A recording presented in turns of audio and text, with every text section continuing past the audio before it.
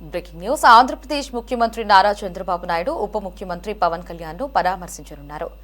ఇటీవలే శస్త్రచికిత్స చేయించుకుని విశ్రాంతి తీసుకుంటున్న పవన్ ఆరోగ్య పరిస్థితిని అడిగి తెలుసుకునేందుకు చంద్రబాబు హైదరాబాద్ వెళ్లనున్నారు.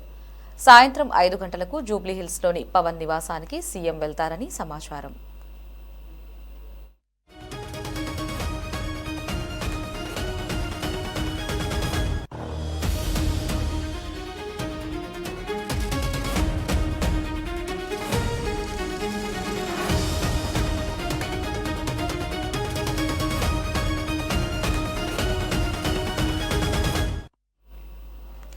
గత నెలలో అధికారులతో సమీక్ష నిర్వహిస్తున్న సమయంలో పవన్ కళ్యాణ్ అస్వస్థతకు గురయ్యారు.